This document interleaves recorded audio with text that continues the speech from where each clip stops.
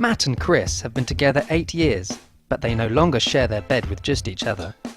Meet New York's newest relationship status. Chris, Matt and Cait are a throuple. The word throuple was just used to describe us since the beginning. We really didn't know what to call ourselves. Chris and Matt have been together for 6 years before Chris suggested they open up their relationship, and it was then Chris met Cait. Matt had never had any experience with women before he had met me.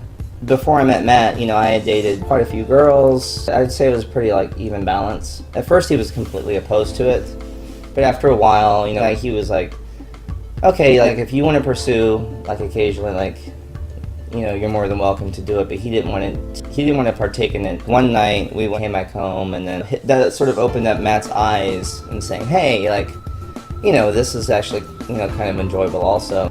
But it's not that scary. Yeah. I would say we have it's a pretty fun sex life.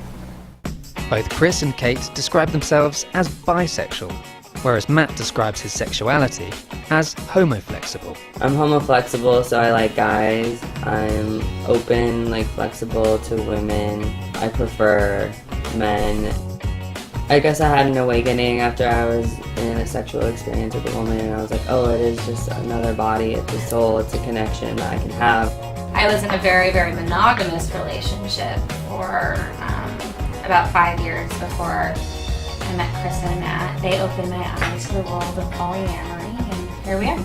But not everything has been smooth running for this adventurous threesome.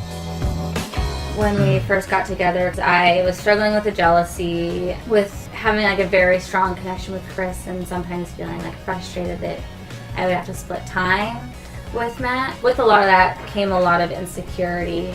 And it was a struggle even for me. The insecure part of me is oh, well, Chris loves me more because he's been with me longer. But then he told me, I love you just as much as I love Cait. I was kind of oh my God, I need to come to terms with that. However, things must be going well, because this throuple have now been living together in their one-bedroom apartment for 2 years, and have even discussed the possibility of having kids one day. Yeah, as far as kids, I think any child would be lucky to have 3 parents, but we have 2 dogs for now, and we're pretty happy with that.